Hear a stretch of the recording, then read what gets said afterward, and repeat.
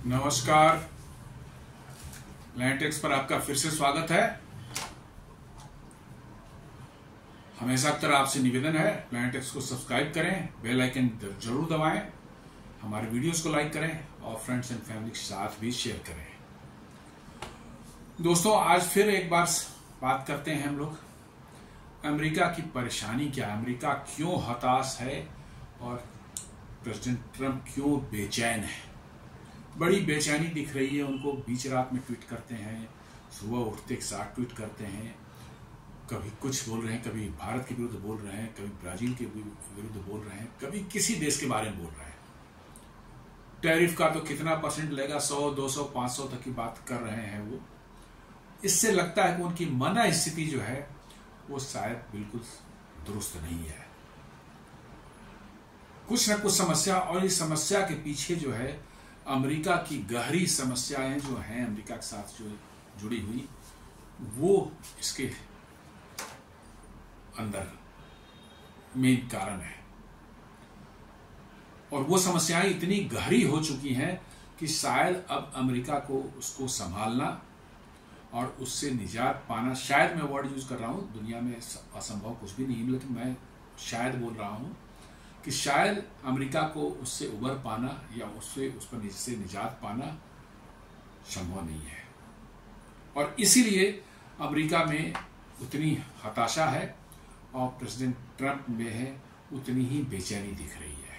साथ साथ जो है थोड़े इगोइस्टिक पर्सन तो हैं ही, तो उनका अपना उस ईगो की वजह से भी जो है अपने पर्सनल स्कोर्स भी कुछ सेटल करने हो सकते हैं, किसी कुछ वर्ल्ड लीडर साथ हो, और अपना एक दबदबा दुनिया पर है उसको दिखाएं कि उनकी इंटरनल मंशा जो है वो शायद उन पर हावी हो।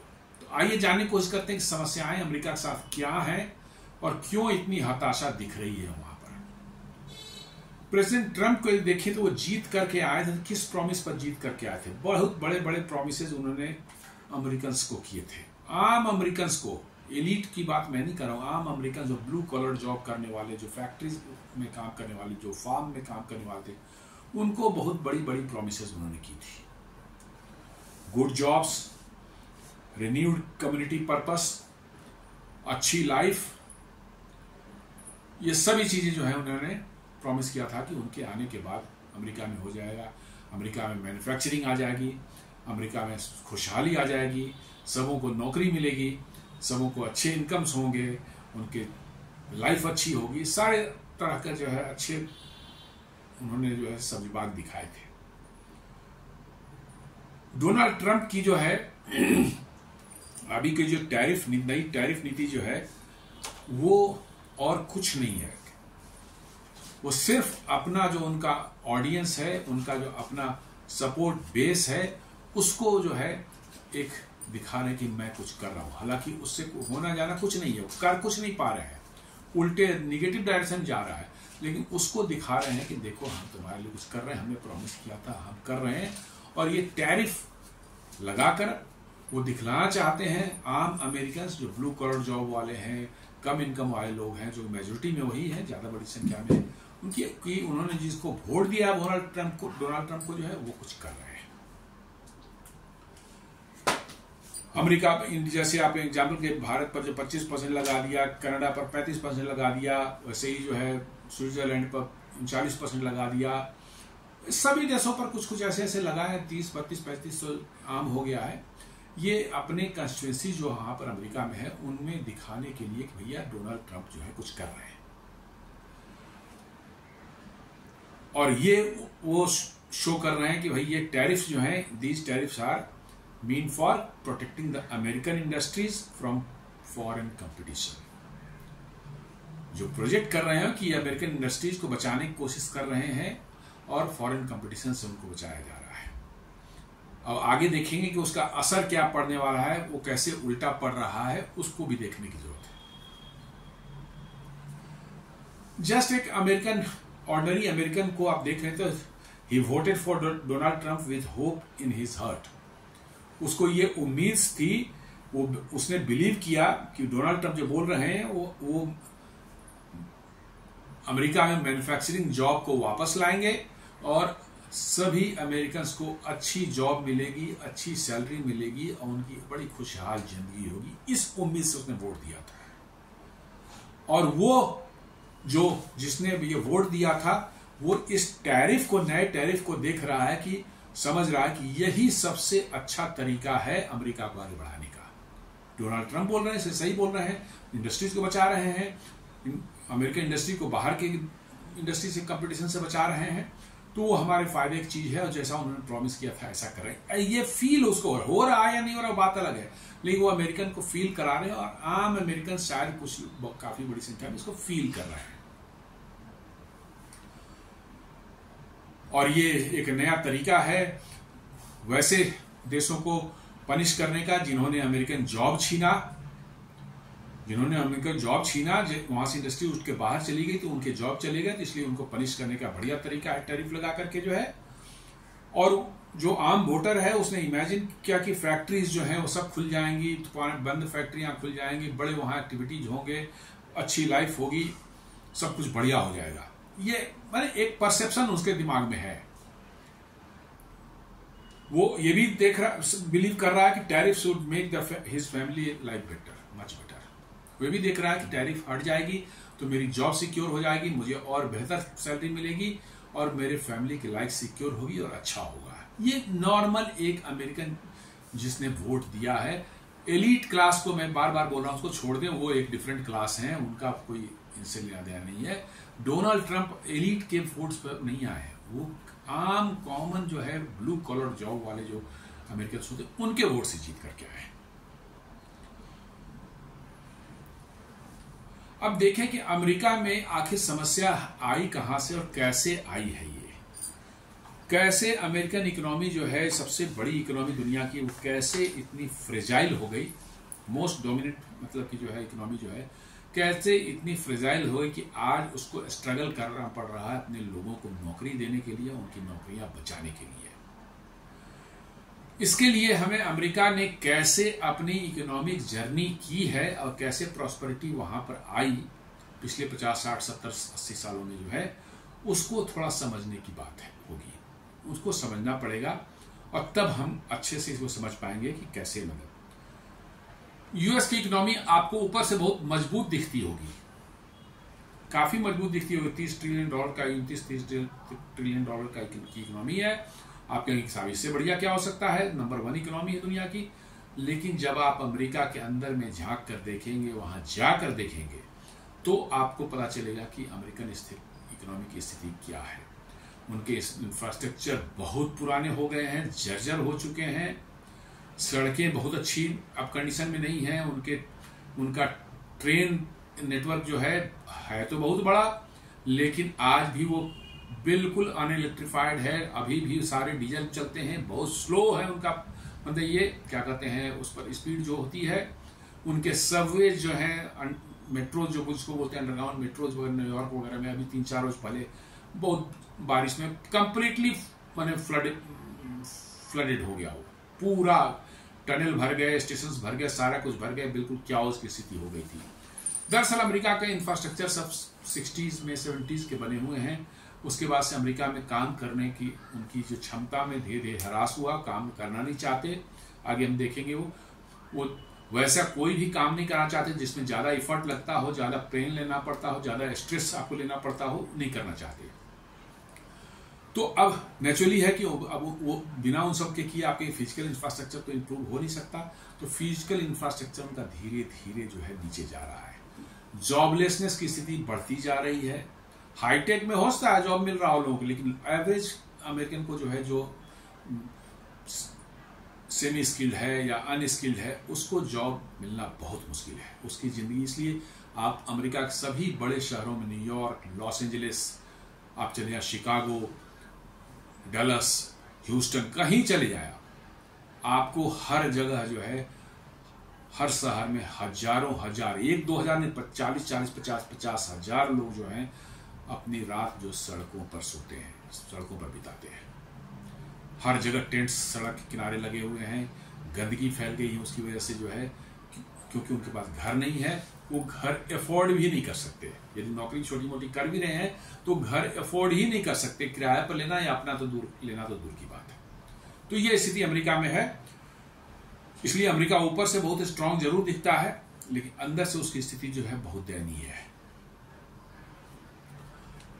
वर्ल्ड वार 2 के बाद एक नया ग्लोबल ऑर्डर जो है, अमेरिकन लेड ग्लोबल ऑर्डर निकल करके आया सामने। क्यों निकल करके आया? क्योंकि वो वर्ल्ड वार 2 में जो है आपको सबसे बुरी हालत हो गई थी यूरोप की। यूरोप के सारे देशों की इकोनॉमी करीब करीब कोलैप्स हो गई थी, बैठ गई थी, बिल्कुल मतलब उनका कुछ नहीं बचा था। और वहीं पर अमेरिका को मौका मिला, उन्होंने फाइनेंशियल हेल्प दिया, टेक्नोलॉजी से हेल्प दिया और यूरोप को रीबिल्ड करने में जो है अमेरिका ने बहुत बड़ा योगदान दिया।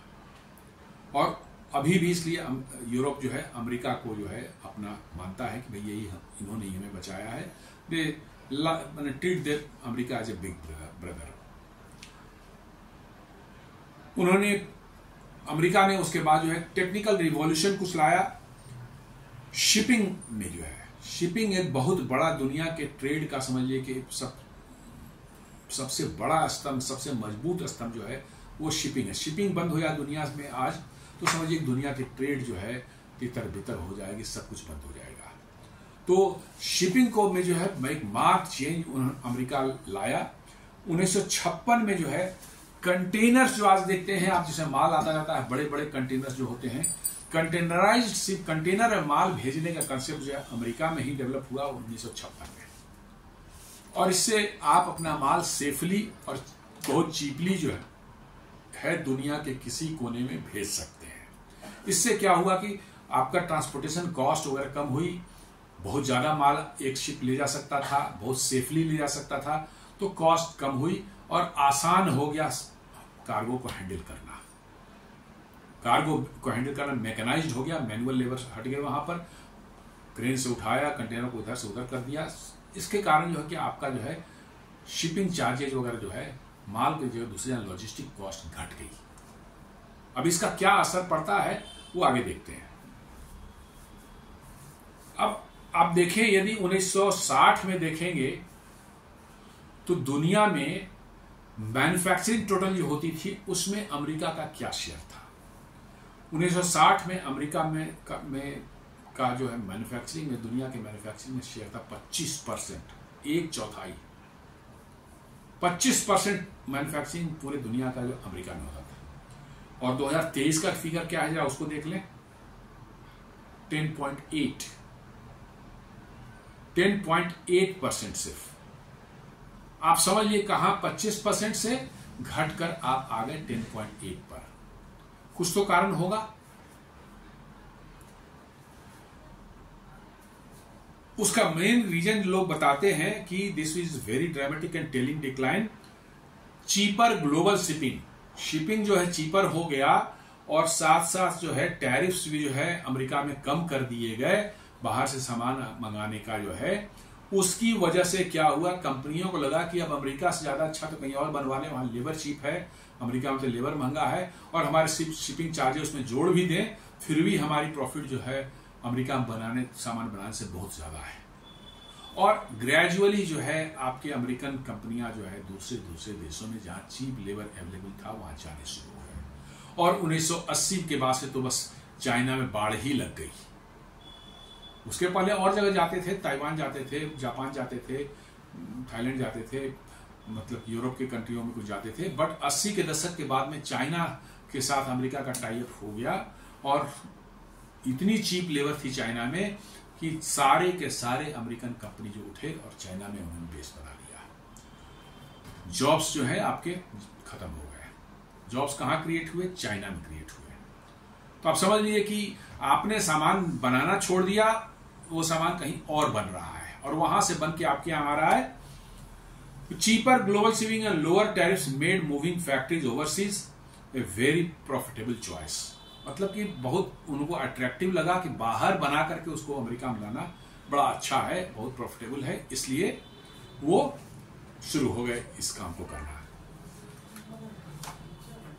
ऐसी एक रिपोर्ट बताती है कि अमेरिका ने करीब करीब जो है 5 मिलियन मैन्युफैक्चरिंग जॉब्स जो है लूज किए हैं सन 2000 से। मतलब पिछले 25 साल में जो है करीब करीब 50 लाख जॉब जो हैं वहां अमेरिका में खत्म हो गए, क्योंकि वहां से मैन्युफैक्चरिंग से बाहर चली गई, वहां के जॉब्स कम हुए, तो 50 लाख जॉब जो वहां घटे हैं।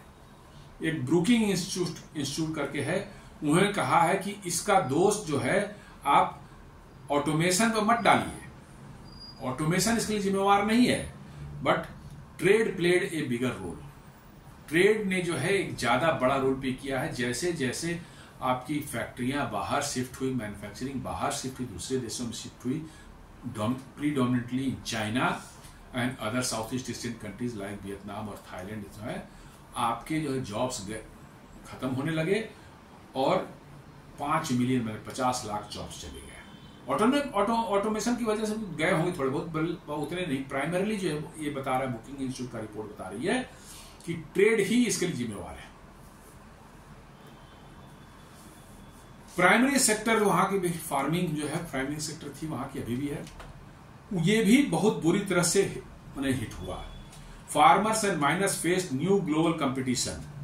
सामान लाना जो है, शिपिंग चीपर हो गया, सामान लाना आसान हो गया, तो फूड इंपोर्ट्स भी बढ़ गए। बाहर से फूड मंगा करके अपने लोगों को में डिस्ट्रीब्यूट कर रहे हैं या लोगों के बीच में बेचना, वो ज्यादा प्रॉफिटेबल हो गया, ज्यादा आसान हो गया, इंस्टीड ऑफ कि अपनी खेती करें। It became cheaper to import agriculture good and resources.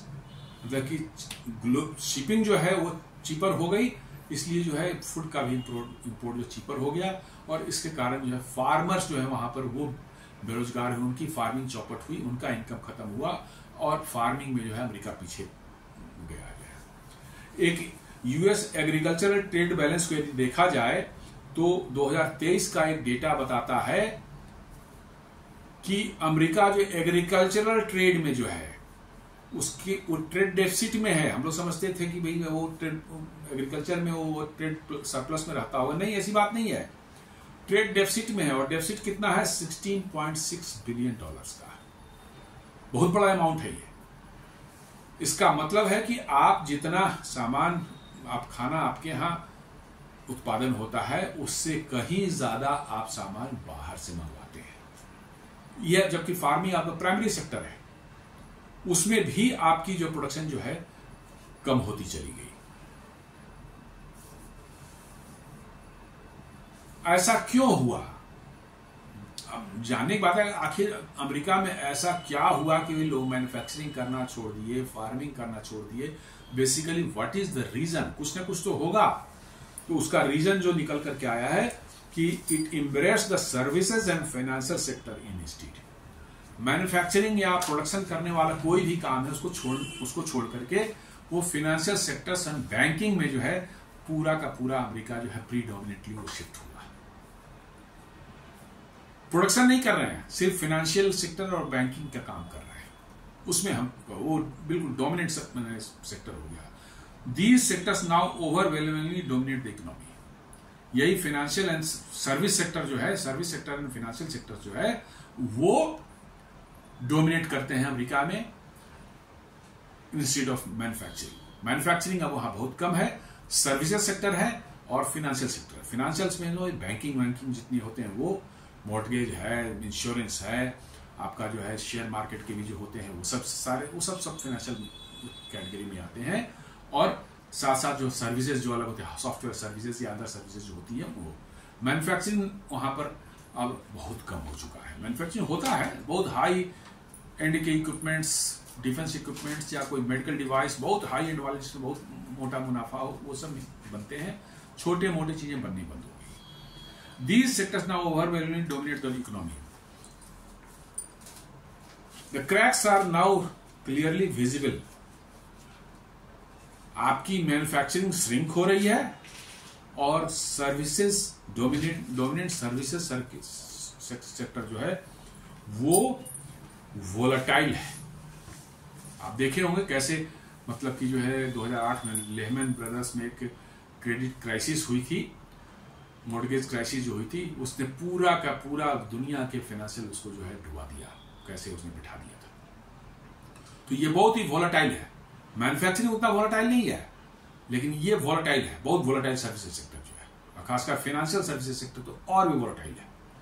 तो अब है कि आपकी मैन्युफैक्चरिंग कम हो रही है और जो डोमिनेंट सेक्टर हो गया है सर्विसेज और फाइनेंस का जो है वो वोलेटाइल है, उसमें अनसर्टेनिटी ज्यादा है, वो ऊपर नीचे हो रही है आपकी। तो इंक्रीजिंगली जो है आपका जो है इंपोर्ट डिपेंडेंट, प्राइमरी डिपेंडेंट जो है आप हो गए पूरी तरह से, जो है वो आपका जो है प्राइमरी सेक्टर हो गया। आपने प्राइमरी सेक्टर को छोड़ करके जो है आप इंपोर्ट डिपेंडेंट हो गए। मैन्युफैक्चरिंग आप नहीं कर रहे हैं, फूड प्रोडक्शन में भी आपका धीरे धीरे नीचे जा रहा है। आप दोनों ही चीजों में जो है इंपोर्ट पर जो है आप डिपेंडेंट हो गए। तो आपने अपनी डिपेंडेंसी बढ़ा ली खुद से। अमेरिका को देखा जाए तो अमेरिका की इकोनॉमी जो है एक बहुत जायंट इकोनॉमी है, इंजन है, जिसका फ्यूल जो है ग्लोबल सप्लाई है। ग्लोबल सप्लाई यदि अमेरिका को बंद हो जाए तो अमेरिका की इकोनॉमी आज की आज ठप पड़ जाएगी। इंजन तो बहुत बड़ा है, लेकिन उसको फ्यूल खुद हम अमेरिका के पास नहीं है, वो फ्यूल बाहर से मंगा रहा है, ग्लोबल सप्लाई वही उसका फ्यूल है। और ये इंजन चलता है किससे? सारी दुनिया से जो गुड्स आप मंगाते हैं, खाने पीने की चीजें, मैन्युफैक्चर्ड गुड्स जो है, वो सब चीजें जो है उससे जो है आपका ये इंजन चल रहा है। US import dependency is a complex wave of interconnected countries and products. आप देखेंगे कि यूएस की जो है इंपोर्ट डिपेंडेंसी है, ये सिंपली ऐसा नहीं कि भाई वहां से ले आया हमें अपने यहाँ का, नहीं, इतनी कॉम्प्लेक्स इंटरडिपेंडेंसी बनी हुई है। उधर से ये आएगा तो ये वहां जाएगा, वहां से फिर लौट करके हमारे यहाँ आएगा। इतना कॉम्प्लेक्स वेव बना हुआ है कि उसमें डिस्टर्बेंस यदि आता है तो यूएस की बची खुची भी जो इकोनॉमी है वो चौपट हो सकती है। उसको समझते हैं कैसे है?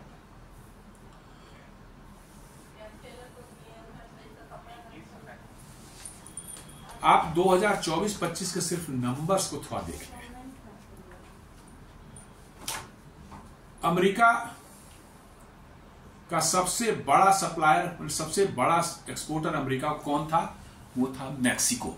ये फिगर है आपका 24-25 का, मतलब करंट ही फिगर मान चलिए। मैक्सिको जो है 24-25 में अमेरिका को $520 बिलियन का जो है गुड्स सप्लाई किया है, 520 बिलियन। उसके बाद नेक्स्ट में आता है चाइना। चाइना ने सप्लाई किया $460 बिलियन का। हालांकि मैक्सिको वाले में चाइनीज भी घुसे हुए हैं, बहुत सी चाइनीज कंपनीज जो वहां कोलैबोरेशन करके मैक्सिको में खोल रखा है प्लांट, या खुद भी चाइनीज ने ही प्लांट नहीं अपना वहां प्लांट खोल रखा है, और मैक्सिको मेड इन मैक्सिको के नाम से अमेरिका जा रहा है। तो उस 560 में चाइना का भी, $520 बिलियन में चाइना का भी हिस्सा होगा। लेकिन फिर भी मान लेते हैं मैक्सिको ने भेजा सामान $520 बिलियन का, चाइना भेजा $460 बिलियन का। कनाडा जो है थर्ड पोजीशन पर है, उसने भेजा कितना? $421 बिलियन का सामान। उसी तरह जर्मनी और जापान भी बड़े ह्यूज एक्सपोर्टर्स हैं अमेरिका को गुड्स और इंजीनियरिंग गुड्स और अदर मतलब की जो है गुड्स के जो है। और भारत जो है उसको जो है 24-25 में $91.23 बिलियन का हमने सामान एक्सपोर्ट किया। South Korea and Taiwan are also major suppliers. उसी तरह से what exactly does America buy from these nation? यदि आप देखें तो from China US imports a massive amount of electronics and household goods.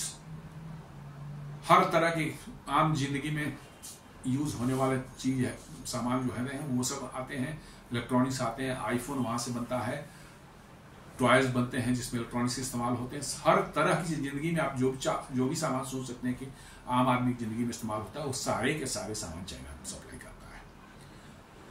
Mexico से जो है वो passenger cars and auto parts, और साथ साथ जो है दिनचर्या, रोज की दिनचर्या में जो हम लोग सामान इस्तेमाल करते हैं वो सब भी बन रहे हैं मेक्सिको में, वो भी आ रहे हैं। कनाडा जो है वो सप्लाई करता है एनर्जी प्रोडक्ट्स लाइक ऑयल, साथ साथ में जो है इलेक्ट्रिसिटी। आपको जानकर आश्चर्य होगा कनाडा एक बहुत बड़ा इलेक्ट्रिसिटी सप्लायर है अमेरिका का। कनाडा में बहुत जबरदस्त मैंने हाइड्रो इलेक्ट्रिक पावर जनरेशन है और काफी चीप प्रोडक्शन रेट उनका है। अमेरिका के नॉर्दर्न स्टेट्स जितने हैं करीब करीब वो कनाडा पर ही डिपेंडेंट है पावर के लिए। और अभी अभी कनाडा ने 25% टैरिफ वार जो शुरू किया तो 25% टैरिफ बढ़ा दिए अपने बिजली सप्लाई के कारण। अमेरिका में हाहाकार मचा हुआ है। लोगों के इलेक्ट्रिसिटी बिल जो जुलाई में जो आए हैं वो 40% ज्यादा आए हैं प्रीवियस मंथ से जो है।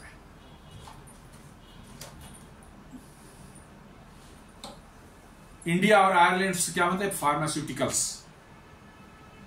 फार्मास्यूटिकल्स यहां से जाते हैं, गारमेंट्स इंडिया से जाता है, रेडीमेड गारमेंट्स जाता है, और भी इंजीनियरिंग गुड्स बहुत से। अब तो आईफोन ही बड़ी तादाद में सप्लाई शुरू हो गए हैं। पिछले साल ही जो है आपको जो है 24-25 में जो है भारत से 1,50,000 करोड़ का जो है आईफोन सिर्फ एक्सपोर्ट हुआ था अमेरिका। आप अंदाजा लगा लें क्या हो रहा है। South Korea and Taiwan are crucial supplier of semiconductors and other high-tech components. ये दोनों देश जो है आपको जो है सेमीकंडक्टर और हाईटेक इलेक्ट्रॉनिक कंपोनेंट्स अमेरिका को सप्लाई कर रहे हैं। Many of those goods from phones to TVs contains components from Taiwan, South Korea and China.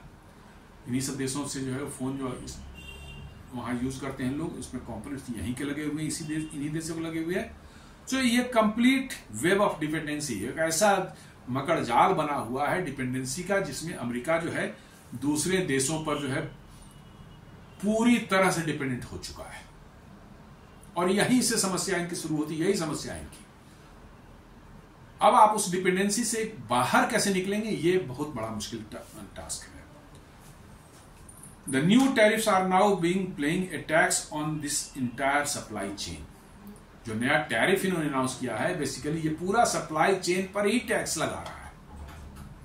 और उसको पे कौन करेगा? अल्टीमेटली वहां के इंपोर्टर्स और लास्ट में जो है उनके कंज्यूमर्स जो है वो पे करेंगे। तो इसका मतलब है कि उनको महंगे सामान मिलेंगे। ये टैरिफ जो है सिर्फ फॉरेन गवर्नमेंट्स पर कह सकते हैं कि नहीं है, ये पूरा का पूरा अमेरिकन सप्लाई चेन पर लग गई है ये टैरिफ। कोई भी बहुत से सामान इसमें ऐसे हैं जो सीधे कंज्यूमर्स पास नहीं जाते हैं। ऑटो पार्ट्स यदि आप ले लें, वो जाता है कोई वहां की ऑटोमोबाइल मैन्युफैक्चरर है वो मंगाते हैं, और वो ऑटो पार्ट्स कंपोनेंट्स लग करके जो है वो कार बना के मार्केट बेचते हैं। तो अब उनके लिए ऑटो पार्ट्स महंगा हो गया, अल्टीमेटली उनकी कार्स भी जो महंगी हो जाएगी। तो बेसिकली आपने पूरे सप्लाई चेन पर ही टैक्स लगा दिया। अब मान लीजिए कि कॉमन कोई कार वहां बनाने वाली कंपनी है, वो कोई कार बना रही है, वो कनाडा से एल्युमिनियम मंगाती है अपना चेसिस बनाने के लिए, इंजन ब्लॉक्स बनाने के लिए, चाहे पिस्टन्स वगैरह बनाती है। वो सब कनाडा में एल्युमिनियम बहुत चीप होता है, क्योंकि एल्युमिनियम बनाने में बहुत ज्यादा पावर कंज्यूम होता है। और अमेरिका में पावर टैरिफ बहुत हाई है as compare to Canada. Canada में पावर टैरिफ काफी चीप है, क्योंकि हाइड्रो इलेक्ट्रिक सोर्स जो उनके बहुत बड़े पैमाने पर जो है बिजली उत्पादन करते हैं और चीपर बिजली देते हैं, इसलिए जो है आपके उनके जो है एल्युमिनियम चीपर होते हैं। तो अब उस कार कंपनी को कनाडा से एल्युमिनियम इंपोर्ट करके जो है कार अपनी बना रहा था, आपने उसमें लगा दिया टैरिफ। अब वो महंगा हो गया, 50% एल्युमिनियम महंगा हो गया, तो आपकी कार की क्या हालत होगा? उसकी भी टैरिफ, उसका भी कॉस्ट बढ़ जाएगा। तो बेसिकली आपने सप्लाई चेन पर लगा दिया पूरा। अब ताइवान से सर्किट बोर्ड मंगा करके उस कार में आप लगाएंगे इलेक्ट्रॉनिक्स चीजों को ड्राइव करने के लिए, उस पर आपने टैरिफ लगा दी तो कार उससे ही महंगी हो जाएगी। इसी तरह से कुछ भी आप उसमें ले लें, रबर आप इंपोर्ट कर रहे हैं टायर बनाने के लिए, उस पर आपने टैरिफ लगा दी, टायर आपके महंगे हो जाएंगे। तो बेसिकली आपने अपना प्रोडक्ट जो बन रहा था आपके यहां, वो उसको और कंज्यूमर्स के लिए महंगा कर दिया। ये टैरिफ जो है कोई फॉरेन गवर्नमेंट नहीं देती है। जैसे उन्होंने टैरिफ 25% इंडिया पर लगाया है, तो इंडिया 25% नहीं देने वाला है, ये वहीं के इंपोर्टर और वहीं के कंज्यूमर्स जो है वो देंगे। वो पैसा जाएगा ऑफकोर्स मैंने यूएस गवर्नमेंट ट्रेजरी के पास में जो है, लेकिन उसको देना पड़ेगा वहां के इंपोर्टर्स और वहां के ट्रेजरी कंज्यूमर्स जो है उनको। They are paid by the consumers that use this parts. जो इस सब स्पेयर पार्ट्स को यूज करेंगे, जो बाहर से आएगा वही पे करेंगे उसको।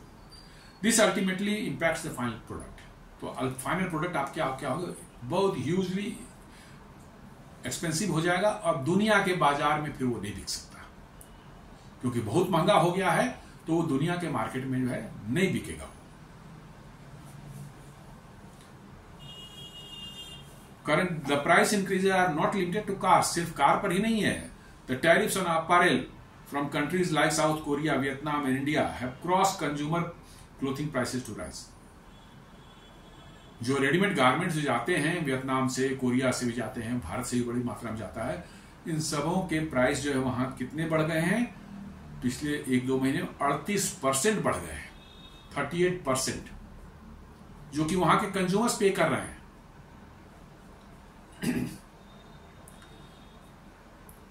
एक्सपर्ट्स इस बात पर क्लियर हैं कि और आईएमएफ ने कहा है कि IMF has warned that protectionist policies do not solve problems.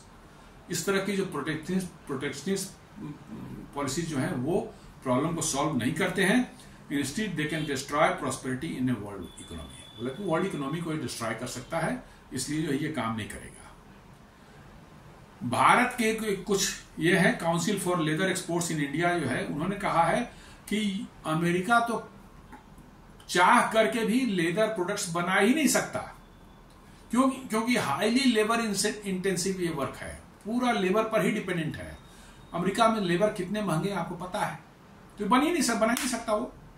They said any tariff increase is ultimately a burden on their own consumers.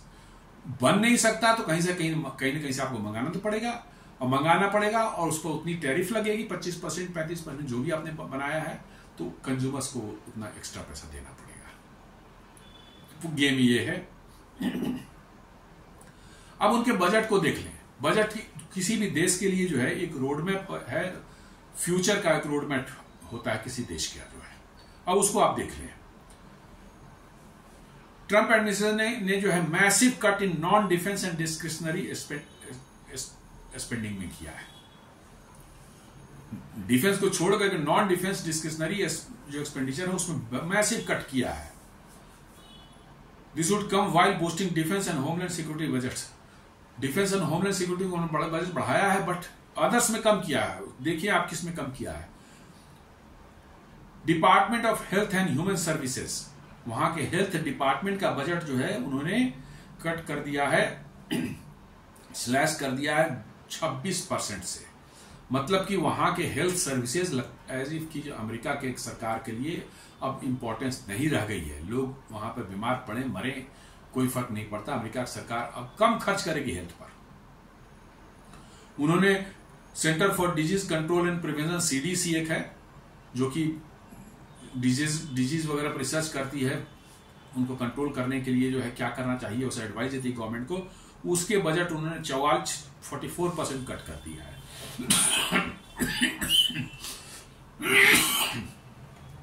$9.2 से घटाकर उसको $5.2 कर दिया है। उसी तरह से नेशनल इंस्टीट्यूट ऑफ हेल्थ है, वो भी मेडिकल कॉलेज में और इस पैरामेडिकल स्टाफ की ट्रेनिंग वेनिंग का काम करते बहुत सारा, उनका भी 40% कट करके जो है ऑलमोस्ट $18 बिलियन कम कर दिया उनका बजट। तो आप देखिए कि जो प्रायोरिटी सेक्टर होनी चाहिए हेल्थ किसी भी देश के लिए जो है अपने नागरिकों के स्वास्थ्य की सुरक्षा के लिए जो है हेल्थ एक मोस्ट इंपॉर्टेंट वो हेल्थ मैंने बजट होता है, उसको आपने ड्रास्टिकली कट कर दिया है। तो आप प्रायोरिटी देख लीजिए कहां पर है। अब उनकी इमिग्रेशन पॉलिसी को भी देख लें। Second Trump administration has outlined a plan to execute the largest domestic deportation operation in the American history. वो सारे के सारे इलीगल्स को डिपोर्ट करना चाहते हैं। हर देश करना चाहता है, इसमें नथिंग रॉन्ग, पॉलिसी में तो नथिंग, कोई दिक्कत नहीं। लेकिन उससे समस्या क्या आती है, कंस्ट्रक्शन सेक्टर जो उनका है, इंडस्ट्री जो है, वहां पर एस्टिमेटेड शॉर्टेज जो है ये करीब करीब 5 लाख वर्कर्स जो हैं, जो कि इमिग्रेंट्स जो है वो अभी मेकअप करते हैं, और करीब करीब 1 in 4 वर्कर जो है वो इमिग्रेंट्स है। उसको आप निकालेंगे तो ये 5 लाख जो है कहां से भरेगा, कौन करेगा काम, ये देखने वाली बात होगी। In states like California and Texas, that this number goes higher to 40%. 40% जो है वहां कंस्ट्रक्शन से इंडस्ट्री में जो है वर्कर्स जो है वो है immigrants. In the agriculture Reliance is even more pronounced. Agriculture sector में और भी ज्यादा है। 25% जो है वर्कफोर्स में एग्रीकल्चर का जो है उनका टोटली जो है डिपेंडेंट ऑन द इमिग्रेंट्स है। और यदि उन सबों को निकाल दिया जाए तो आपका क्या हालत होगा। अभी और भी सेक्टर हैं, उनकी बात मैं नहीं कर रहा हूं, सिर्फ 2 का मैंने यहां पर एग्जांपल लिया है। तो क्या हालत होगी वहां की इकोनॉमी की, आप समझ सकते हैं। Immediate economic impact of mass deportation will be catastrophic. ये बहुत ही उनके लिए भयावह होगा। The Peterson Institute of International Economics estimates that deporting 1.3 million undocumented workers would lead to a 1.2% drop in GDP and a loss of 1.1% of the labor force by 2028। आप देख लें कि 2028 यदि 1.3 मिलियन अनडॉक्यूमेंटेड वर्कर को आप deport कर देते हैं तो 2028 तक जो आपकी जीडीपी 1.2% तक गिर जाएगी और आपका लेबर फोर्स में लॉस होगा करीब करीब 1.1%। आप समझ लें कि आपकी इकोनॉमी का क्या होने वाला है।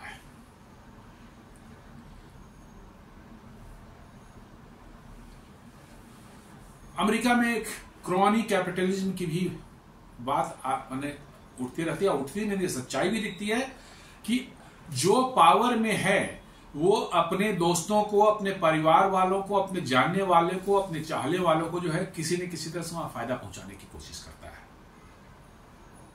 और वही उसी का जिक्र हो रहा है। It comes from his ability to use the instrument of government to reward friends and punish foes. ये हो रहा है ट्रंप एडमिनिस्ट्रेशन में, काफी खुल के दिख रहा है। पहले भी होता था बट आज खुल के दिख रहा है। A second Trump administration has laid the groundwork to institutionalize the approach on a scale never before seen। मतलब ये अपने लोगों को की पोजीशन में बैठाना और उनको फायदा पहुंचाना, जिन्होंने हमें इलेक्शन में हेल्प किया था, जिन्होंने हमें इलेक्शन में फंडिंग की थी, उनको कैसे फायदा पहुंचाया जाए, ये खुल करके सामने अमेरिका में दिख रहा है जो प्रेसिडेंट ट्रंप कर रहा है। और साथ साथ जो इंडिपेंडेंट रेगुलेटरी बॉडीज जो है उनका पॉलिटिसाइजेशन जो हो भी साथ साथ हो रहा है। जैसे सिक्योरिटी एंड एक्सचेंज कमीशन जो है, जैसे अपने यहाँ सेबी है, उस तरह से एक फॉरेन ट्रेड कमीशन भी एक है। उन सबों में भी जो है स्पेशलिस्ट को ना बिठा करके जो है ट्रंप अपने चुने हुए चुनिंदे अपने चेले चपाटे जो है उनको बिठाने की कोशिश कर रहे हैं। तो आप समझ सकते हैं कि इनकी इसका रिजल्ट क्या होने वाला है। अब इसका होगा कि अब क्या होगा कि वो डायरेक्टली समझ लीजिए कि वो व्हाइट हाउस के कंट्रोल में आ जाएंगे। उनका कोई इंडिपेंडेंट डिपार्टमेंट नहीं होगा, वो एक व्हाइट हाउस के मतलब कि जो है कंट्रोल में आ जाएंगे और व्हाइट हाउस जैसे चाहेगी उनका इस्तेमाल करेंगे, पॉलिसीज को जैसे चाहेगी वो तोड़ मरोड़ के इसको उनका इस्तेमाल करेगी। समझ लीजिए कि इसके रिजल्ट्स अल्टीमेटली क्या होने वाले हैं। This is a clear move away from the tradition of separation of powers.